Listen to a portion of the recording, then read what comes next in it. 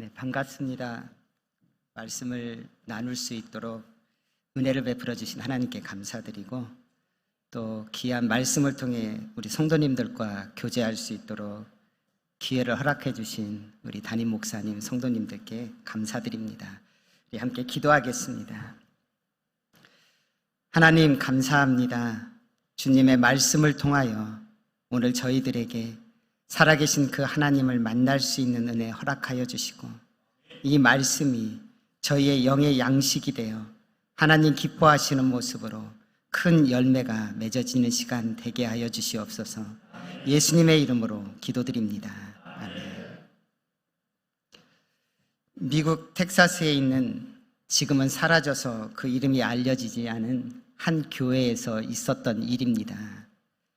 넓은 땅을 소유하고 있었고, 그 지역에서도 나름대로 많은 사람들에게 잘 알려진 굉장히 큰 영향력을 가진 교회였습니다.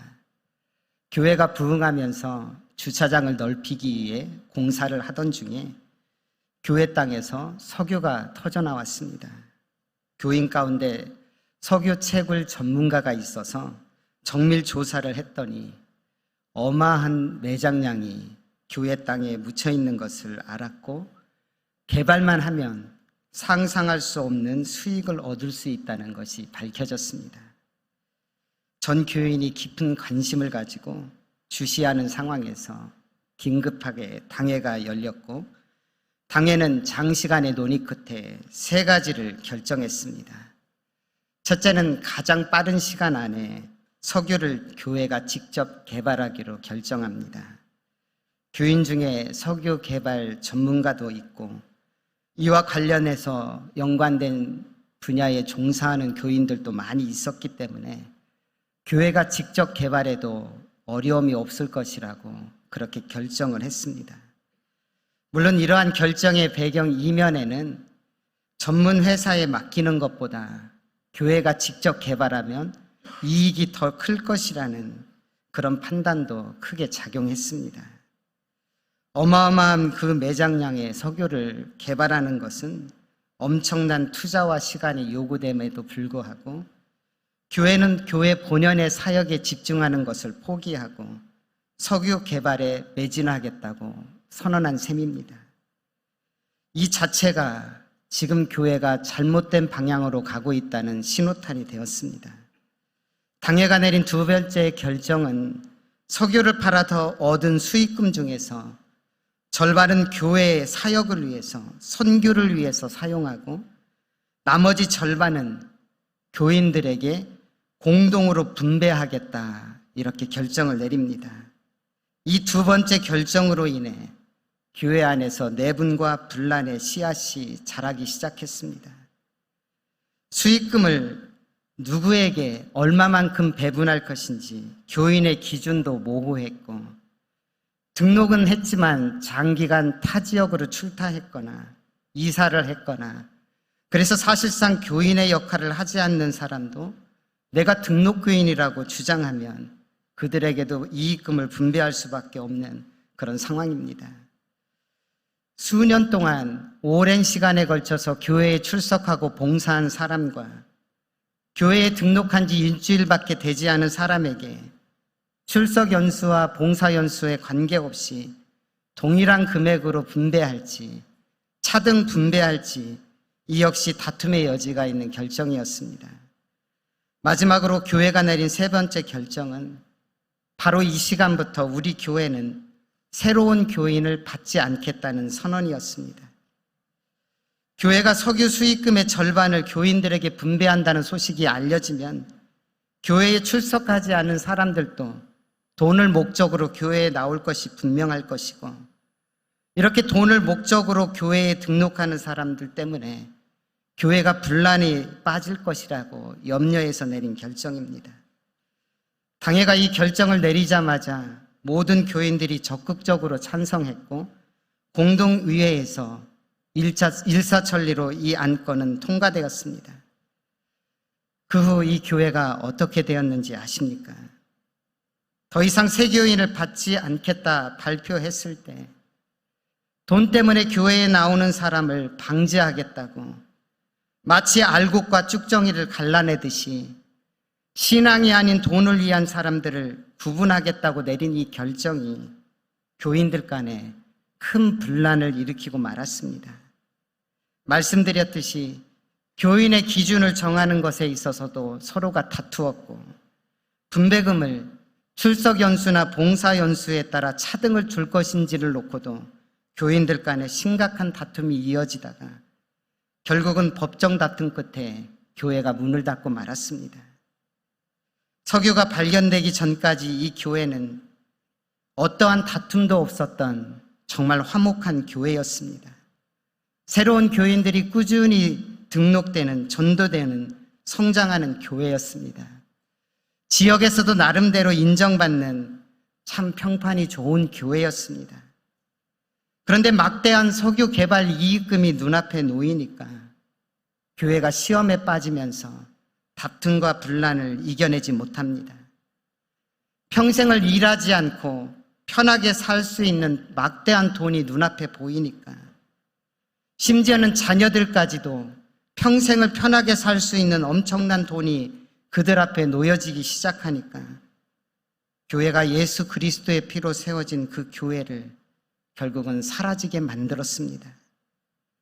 만약 이 교회가 새 교인을 받지 않겠다는 전도 포기 선언 대신에 수익금을 전부 교회의 선교를 위해서, 사회 봉사를 위해서 사용하겠다 이렇게 선언했더라면 이 교회는 어떻게 되었겠습니까?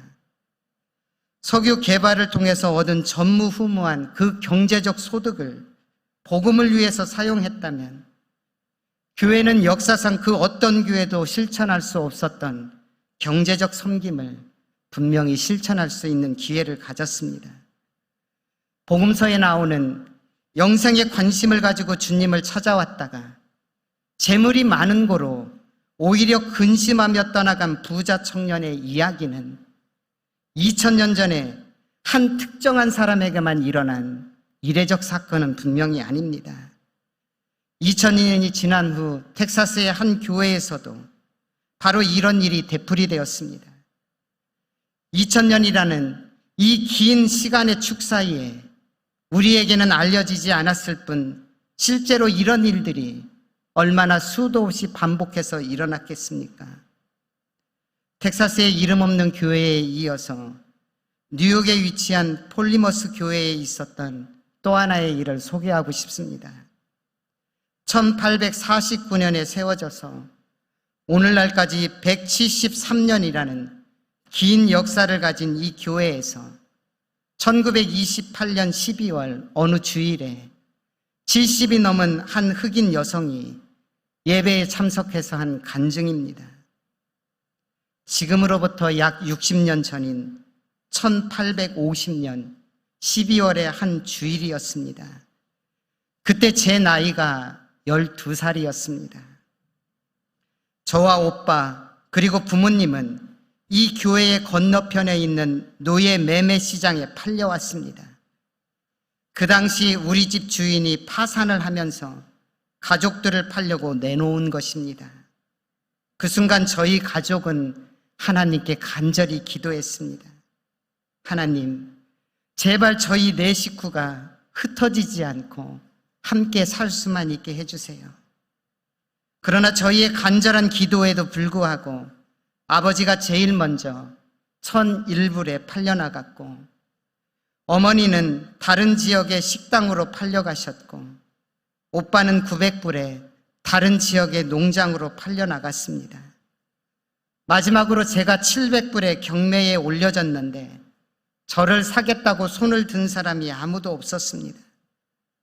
그 누구도 700불이라는 돈을 들여서 12살의 어린 여자아이를 사려고 하지 않았습니다. 그런데 바로 그때 한 노년의 신사가 손을 들어 저를 700불에 사셨습니다. 그리고 저의 손을 잡고 온 곳이 바로 60년 전 이 교회였습니다. 알고 보니 그 당시 이 교회 교인들이 단 한 사람의 노예만이라도 자유를 얻을 수 있도록 선교를 하고 있었습니다. 이것을 위해 그 교회는 한 달에 한 번씩 헌금을 하고 있었는데, 그 주간에 700불의 헌금이 모여서 이 돈으로 저를 자유롭게 해주었습니다. 그 자유를 얻는 저는 열심히 일해서 돈을 저축했습니다. 이제는 나이가 너무 많아 더 이상 일을 할 수 없어 양로원으로 들어갔습니다. 저는 지금까지 저에게 자유를 주었던 이 교회의 은혜와 사랑을 단 한 번도 잊은 적이 없습니다. 그래서 교회의 사랑에, 교회의 은혜에 감사한 마음으로 작은 보답이라도 하고 싶어서 제가 지금까지 일해서 저축했던 7만 불을 교회에 헌금하고 싶습니다. 이렇게 간증한 후에 여인은 교회에 7만 불의 헌금을 하고 떠나갔습니다. 지금도 우리 돈으로 9천여만 원에 해당되는 7만 불의 돈은 결코 적은 액수가 아닙니다. 하물며 1928년에 이 돈은 얼마나 큰 가치를 지녔겠습니까? 뉴욕의 폴리머스 교회가 힘을 모아 만든 700불로 했던 선교가 한 사람의 인생을 바꾸었고, 그것이 60년 후에 10만 불로 100배의 열매로 돌아왔습니다. 이 여인이 교회를 방문했을 때 이 여인을 위해서 60년 전에 선교 헌금을 했던 사람 중에는 그곳에 있었던 사람은 아무도 없었을 겁니다. 그곳에 있는 사람들은 모두 그 후에 세대의 사람들이었을 겁니다. 그러나 여전히 이전 세대의 신앙의 유산을 이어온 교회였기에 이 여성의 간증을 들었을 때 그곳에 있는 교인들의 마음 깊은 곳에는 60년 전에 우리가 700불보다 더 많은 헌금을 할 수 있었더라면 한 소녀가 아니라 한 가족까지도 자유를 줄 수 있었을 텐데, 그것을 안타까워하면서 이름 없는 한 흑인이 드린 그 7만 불의 헌금도 분명히 또 다른 선교를 위해서 사용했을 것이라고, 그런 교회라면 충분히 그런 선교를 했을 거라고 저는 그렇게 추측합니다.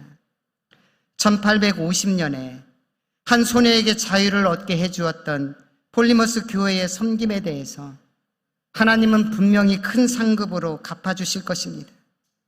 그들의 헌신과 섬김이 60년 후에 아름다운 간증과 100배의 열매로 돌아온 것도 그들에게는 큰 보상이 되었을 것입니다. 그러나 저는 그 교회의 가장 큰 보답이라면 173년이라는 그 긴 역사 속에서도 한 세대에서 다음 세대로, 그리고 그 다음 세대와 다음 세대로 계속해서 그 첫 세대의 신앙의 유산들이 이어져 왔다는 것, 이 자체가 하나님께서 그 교회에 주신 가장 큰 선물이라고 그렇게 생각합니다. 내가 눈물과 희생 속에서 그렇게 사랑하며 섬겼던 나의 이 교회가 내 자녀들에게 이어지고 내 자녀의 자녀들, 그들의 자녀들에게까지 계속해서 섬김과 사랑 속에서 부흥해 간다면 우리에게 이것보다 큰 감사와 기쁨이 어디 있겠습니까?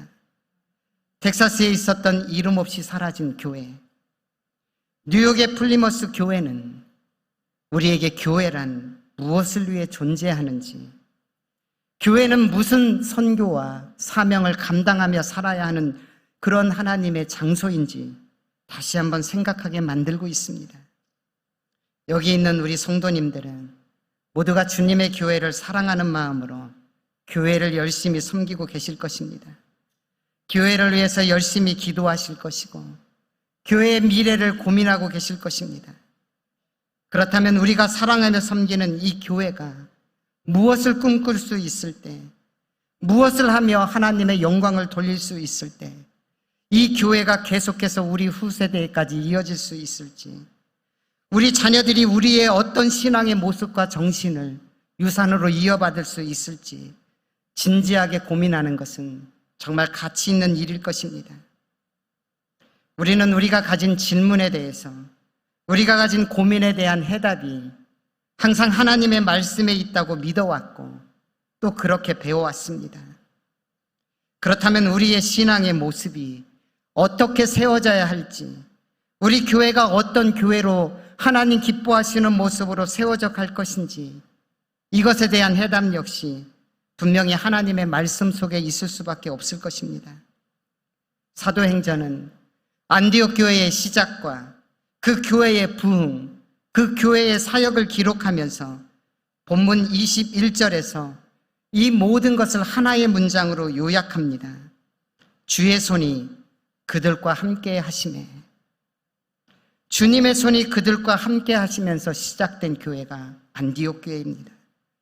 주님의 손이 그들과 함께 하시면서 부흥한 교회가 안디옥 교회였고, 주님의 손이 그들과 함께 하심으로써 교회의 그 모든 사명을 감당했던 교회가 안디옥 교회였습니다.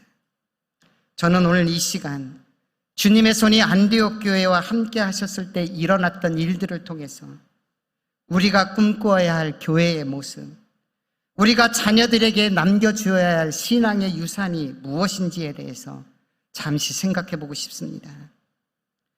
성경에서 주님의 손이 함께 하신다는 말씀은 하나님께서 우리를 인도하시고 보호하시고 도우신다는 것을 의미합니다.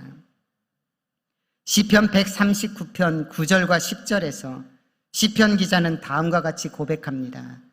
내가 새벽 날개를 치며 바다 끝에 거주할지라도 거기서도 주의 손이 나를 인도하시며 주의 오른손이 나를 붙드시리로다.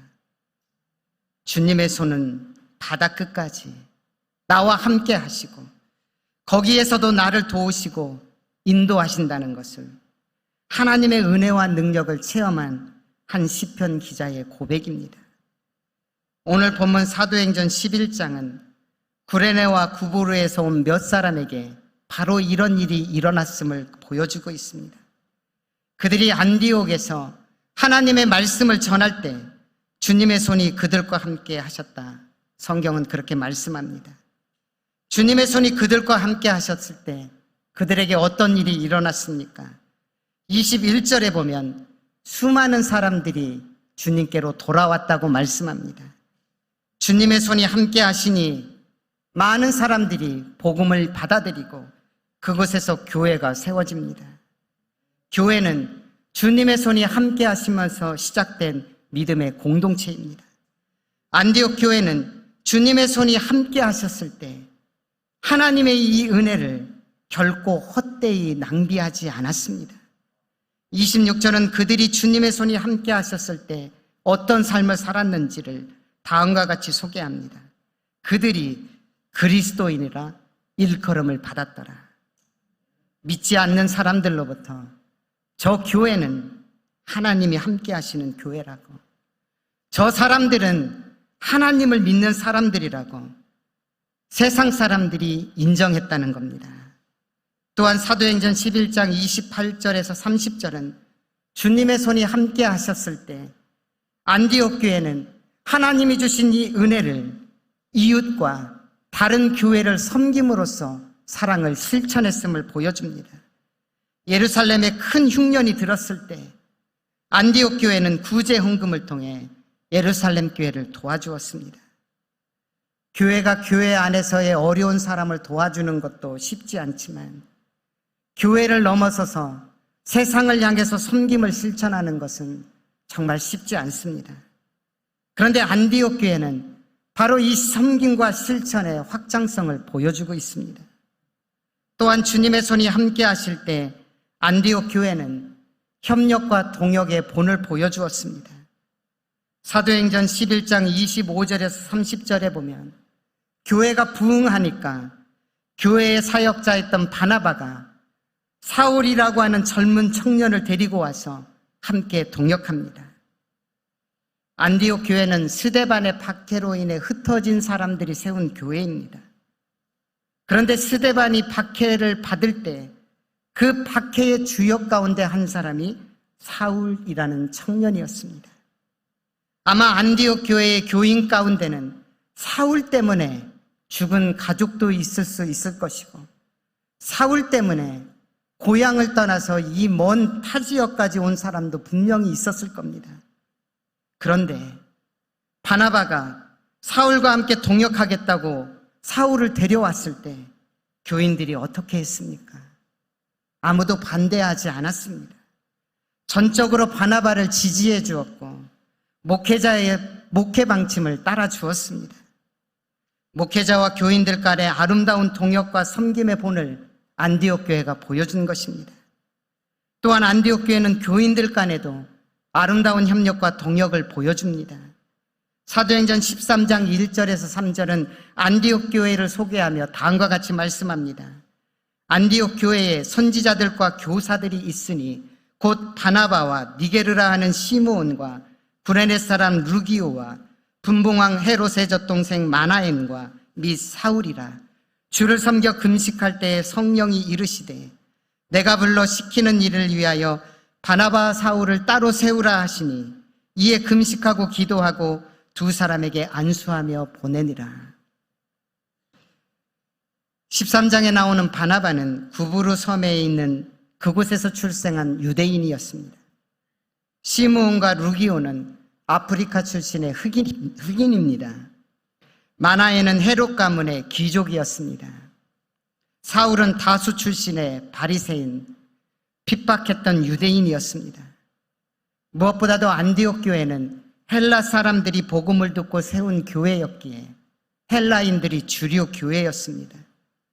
이렇게 서로 다른 인종, 서로 다른 계층, 서로 다른 문화를 가진 사람들이 모였음에도 불구하고 이 교회는 하나 되는 모습을 보여주었습니다. 성서학자들은 13장 1절에 나오는 바나바에서 사울로 이어지는 이 안디옥 교회 지도자의 이름의 순서를 연령에 따른 순서 혹은 신앙의 연륜에 따른 순서로 그렇게 해석합니다. 사울과 같은 가장 젊은 청년이 교회의 지도자가 되어 말씀을 가르칠 때 사울보다 앞서 교회의 지도자가 되었던 시므온과 루기오와 마나엘이 아무런 갈등도 없이 하나가 될 수 있는 교회가 바로 안디옥 교회였습니다. 하나님의 손이 함께 하실 때 교회는 서로 다른 문화, 서로 다른 사회적, 경제적 지위가 문제가 되지 않았습니다. 자신의 은사에 따라 가장 아름다운 방식으로 교회를 동등하게 섬길 수 있음을 안디옥 교회가 보여주었습니다. 하나님의 손이 함께 하실 때 안디옥 교회는 기도하며 금식하면서 바나바와 사울이라고 하는 교회의 지도자를 선교사로 파송하며 선교의 귀한 사역을 감당했습니다. 우리가 주님의 손이 함께하는 가정을 꿈꾸는 이유가 어디 있습니까? 주님의 손이 함께 하시는 교회를 꿈꾸는 이유가 어디에 있습니까? 주님의 손이 함께 하실 때 우리의 가정과 교회가 부흥하기 때문입니다. 주님의 손이 함께 하실 때 우리의 가정과 교회가 이 은혜 앞에서 어떤 신앙의 삶을 이어갈지, 어떤 신앙의 유산을 물려주어야 할지 안디옥 교회는 우리들에게 증언해주고 있습니다.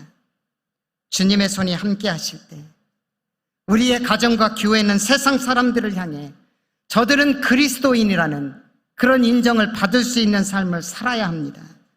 주님의 손이 함께 하실 때 우리는 나를 넘어서서 우리의 이웃을 섬기는 그런 섬김의 모습을 보여주어야 합니다.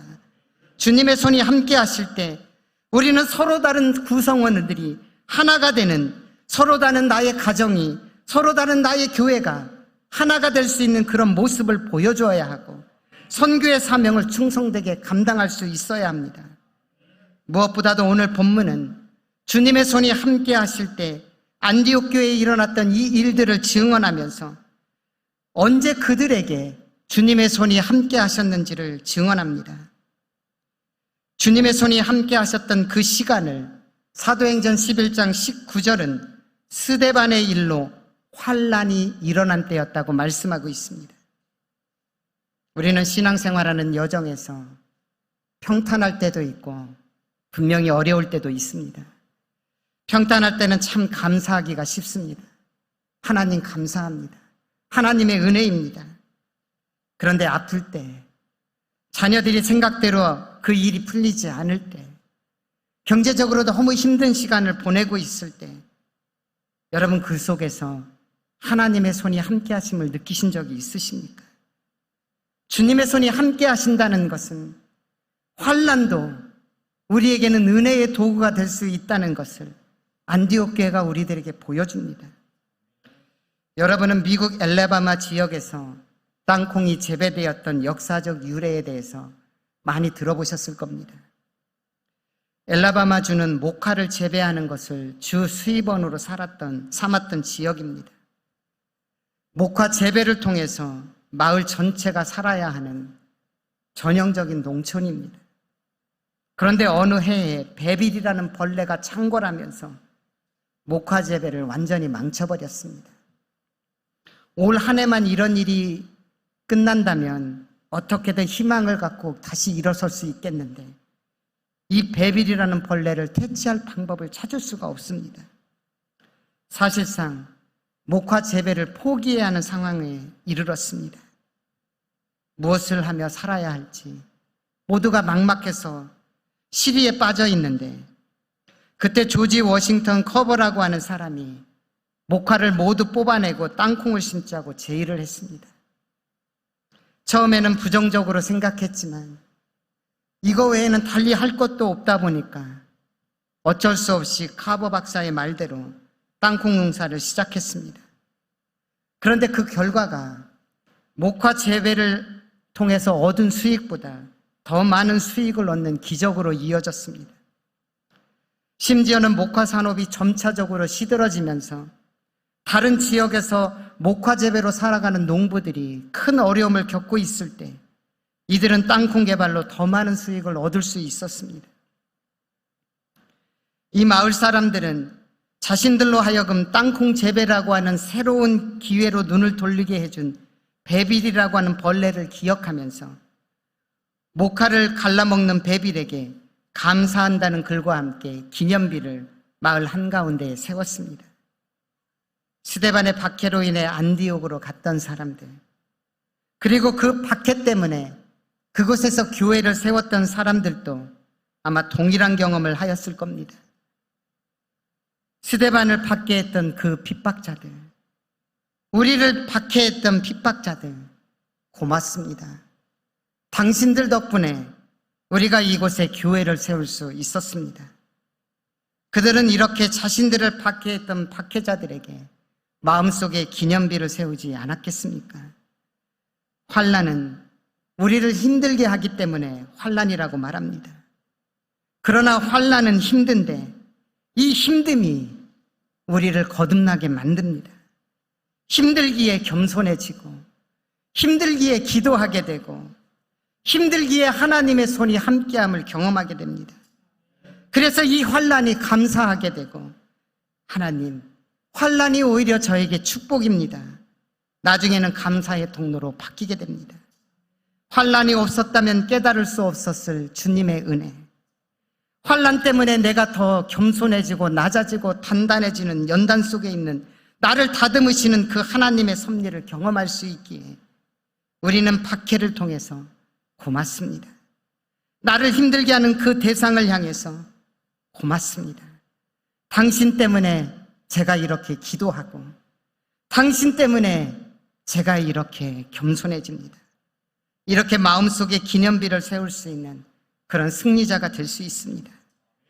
무엇보다도 안디옥에 최초로 복음을 전했던 사람들, 환난 중에 복음을 전했던 이 사람들은 이들을 통해 주님의 교회를 세우는 축복의 통로로 사용됐던 이 사람들을 성경은 이름을 기록하지 않고 있습니다. 우리가 잘 아는 것처럼 사도행전은 의사였던 누가가 기록한 성경입니다. 의사라는 직업은 꼼꼼하지 않으면, 그래서 사람에게 굉장히 중요한 생명을 다루는 직업이기에 하나하나까지 세심하게 기억하고 기록하는 그런 사람들이 가진 직업입니다. 이런 의사였던 누가가 사도행전을 기록하면서 안디옥 교회를 세웠던 그 사람들의 이름을 얼마든지 기록할 수 있었을 텐데 왜 그는 그들의 이름을 무명으로 남겨놓았습니까? 하나님은 이름이 알려지지 않은 수많은 사람들의 섬김과 눈물을 통해서 그분의 교회를 세워가심을 우리들에게 교훈해 주시기 위함입니다. 안디옥은 1세기의 인구가 이미 50만 명이 넘는 로마 제국에서 세 번째로 큰 도시였습니다. 대부분의 사람들은 술의 신 바쿠스와 쾌락의 신 다프네를 섬겼던 우상으로 찌든 도시였습니다. 그런데 이곳에 복음이 전해진 후 불과 50년 만에 역사의 기록에 의하면 인구의 3분의 1이 크리스천이었다고 그렇게 기록되어 있습니다. 교회가 세워진 후에 무려 500년 동안 안디옥 교회는 지속되었고, 그로부터 수많은 유명한 믿음의 선배들이 이 교회를 통해서 세워졌고, 그들을 통해서 세계 선교, 이방 선교가 이어졌습니다. 세계 선교의 역사를 썼던 500년이 넘는 그 엄청난 복음의 사역을 감당했던 이 교회는 이름이 알려지지 않은 소수의 사람들로부터 시작된 교회입니다. 주님의 손이 함께 하시면 그 이름을 알 수 없는 소수의 사람이라 할지라도 인구 50만의 도시가 바뀌어질 수 있음을 보여주고 있습니다.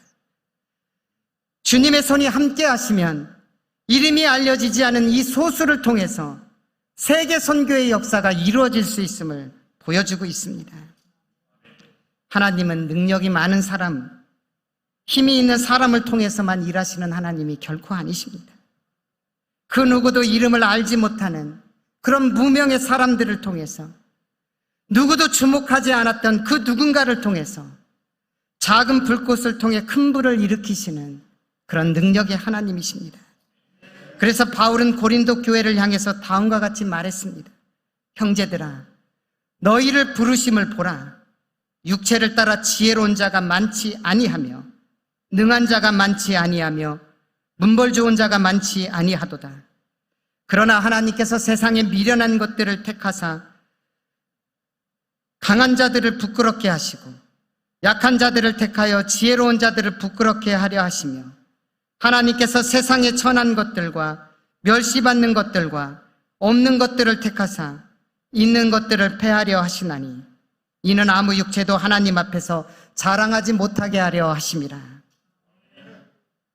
우리는 약합니다. 그러나 주님의 손이 함께 하시면 우리는 강한 자를 부끄럽게 할 수 있습니다. 나는 미련하지만 주님의 손이 함께 하실 때 지혜로운 자를 부끄럽게 할 수 있는 그런 자가 될 수 있습니다. 모세는 80세가 되기까지 미디안 광야에서 양을 치는 이름 없는 목자였습니다. 아무도 모세를 기억하는 사람조차 없었습니다. 그가 가진 재산이라고는 지팡이 하나가 전부였던 사람입니다. 그런 그에게 하나님이 나타나셔서 내가 너를 애굽에서 나의 백성을 이끌어내는 인도자로 만들겠다, 그렇게 말씀하셨습니다. 모세가 처음에 하나님으로부터 이 부르심을 받았을 때 그의 마음속에는 어떤 생각이 들었겠습니까? 하나님, 불가능한 일입니다. 제가 40살까지 그 나라에서 왕자로 살았는데, 그 나라에 대해서 그 누구보다도 잘 알고 있는데, 내가 그 나라 왕에게 내 백성 데려가겠다고 하면 그대로 보내줄 그런 만만한 나라가 결코 아닙니다. 그럴 일이 일어날 수도 없고 저에게는 그런 능력도 없습니다. 모세는 하나님의 말씀이 불가능하다고 그렇게 생각했을 겁니다.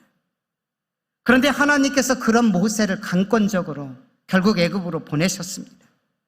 그때 모세가 애굽으로 가면서 가지고 있었던 것은 지팡이 하나였습니다. 이때의 상황을 출애굽기 4장 20절은 다음과 같이 말씀합니다. 모세가 하나님의 지팡이를 손에 잡았더라. 출애굽기 4장 20절은 모세의 지팡이를 하나님의 지팡이, 이렇게 표현하고 있습니다. 이 지팡이는 본래 평범한 막대기에 불과합니다. 그런데 하나님께서 함께 하시니까 이 작은 막대기가 하나님의 지팡이가 돼요. 이 지팡이를 통해 바다를 가르시고 반석에서 샘물이 솟아나게 하시는 기적의 통로로 사용하셨습니다.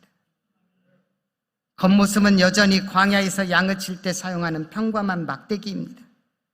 그러나 하나님의 손이 함께 하시면 이 평범한 막대기는 세상에 그 어떤 것도 할 수 없는 가장 큰 능력을 행하는 하나님의 능력의 지팡이가 된다는 것입니다. 사실 이 지팡이는 모세 자신을 상징했다고 볼 수 있습니다. 모세는 지팡이처럼 정말 볼품없는 광야 40년의 삶을 살았던 사람입니다. 그에게 누가 미래가 있다고, 그를 통해 위대한 일이 일어날 수 있다고 생각할 수나 있었겠습니까? 모두가 포기한 그 지팡이 같은 모세를 하나님께서 사용하시니까 그는 이름 없는 목자가 아니라 애굽이라는 강력한 나라로부터 하나님의 백성을 인도하는 지도자가 될 수 있었습니다. 베들레헴에서 양을 치는 다윗이 가지고 있었던 물맷돌, 작은 조약돌에 불과했습니다. 그러나 그 돌에 하나님의 손이 함께 하셨을 때 어떤 일이 일어났습니까? 최고의 용장 골리앗조차 이 돌을 감당하지 못했습니다. 다윗이 가지고 있었던 이 물맷돌은 다윗 자신을 상징합니다. 그 스스로가 베들레헴이라는 촌에서 이름 없는 목자에 불과했지만 하나님께서 그와 함께 하시니 그는 전쟁의 영웅을 물리치는 하나님의 군사가 되었습니다. 다윗은 주님의 손이 함께 하시는 삶이 어떤 삶인지 그의 인생 자체를 통해서 경험했습니다. 그래서 그는 시편 35편 15절에서 다음과 같이 고백합니다. 나의 앞날이 주의 손에 있사오니 내 원수들과 나를 핍박하는 자들의 손에서 나를 건져내소서. 나의 앞날이 주의 손에 있습니다. 다윗이 고백했던 신앙의 고백입니다. 보리떡 5개, 물고기 2마리는 어린아이 1명도 먹기에 부족한 양입니다.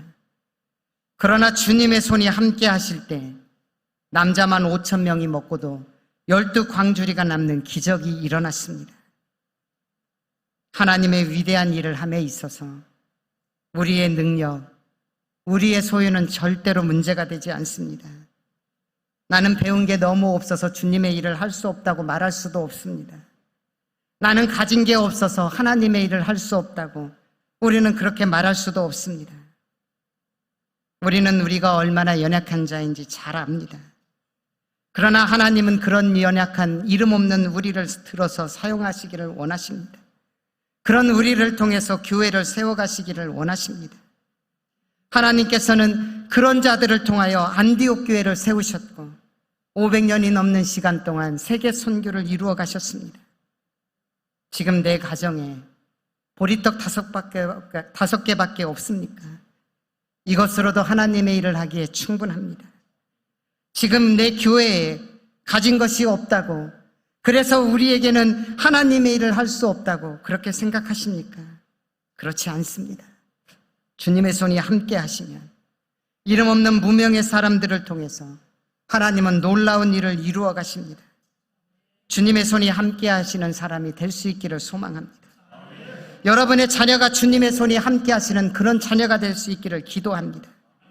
주님의 교회가, 여러분이 사랑하고 섬기는 이 교회가 주님의 손이 함께 하시는 그런 교회가 될 수 있기를 기도합니다.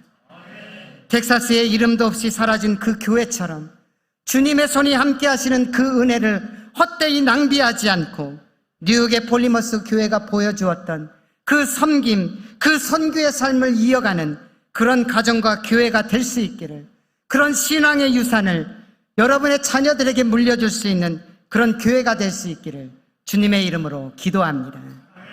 아버지 하나님, 감사합니다.